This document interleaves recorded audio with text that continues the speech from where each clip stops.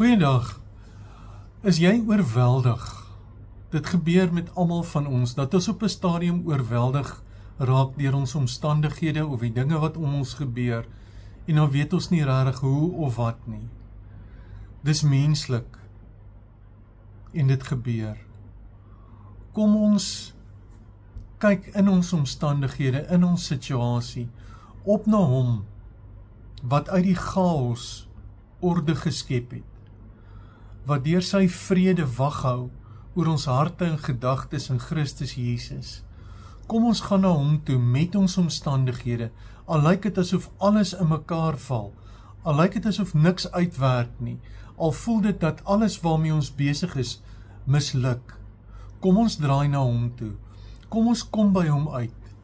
Jy weet, daar is soveel negatief om ons, en soveel mense wat dit aanpraat, dat dit geweldig moeilik is om nie ingesuig te word by hierdie proses van negativiteit nie, by hierdie proses waar alles verkeerd loop nie.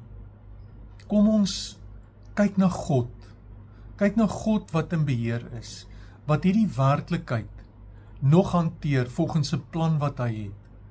Kom ons fokus op God, wat sy plan met hierdie lewe uitwerk, en besef dat ons deel van daardie plan is. Dan kyk ek nie vas in my omstandighede nie.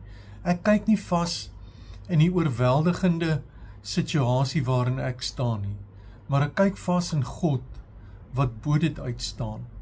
En soos ek in hom kyk, soos ek op hom gefokus is, gebeur daar iets met my.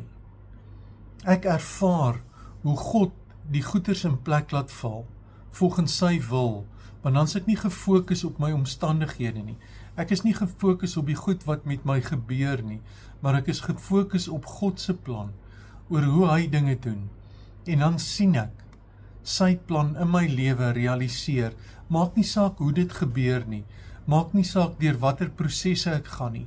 God is in beheer, hy is daar, en aan die einde van die dag sal daar 'n getuienis wees as ek terugkyk, en kan ek sê, met my God loop ek 'n bende storm, met my God spring ek oor 'n muur.